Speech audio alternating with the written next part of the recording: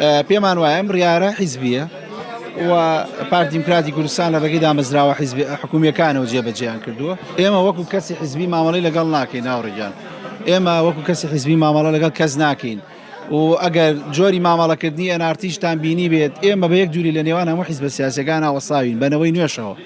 لەبەرەوە ئێمە باگراوندی هەر کەسێک گەرچیە پەیوەندی بێمەوە نییە، بەڵام جۆری مامەڵەکردنەکەی وازەحە.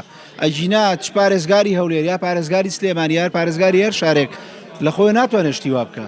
واتە ئەو دەنگویانە بە هیچ جۆرێک ڕاست نییە و بابەتە هیچ پەیوەندی بە بابەتە سیاسیەکانەوە نییە و بە هیچ جۆرێکیش هیچ کەناڵێکی حزبی و دەستگایەکی حزبی ئەو کارەی نەکردێ خوددا شاهیدە تا کارەکە کرایە ئیجرعاتەکە کرایە کە لە کەناڵەکانی ڕاگەاندن لە لای ئێوە بڵاو بووە ئەو کاتی حزب پرسیاری لە ئێمە کردێک کە ئەو بابەتە چۆنەوە و ڕوونکردنەوەشمان پێیان داوە. بابەتەکە زۆر یاساییە و هیوادارین ئەو جۆرە کارانە دووبارە نەبێتەوە.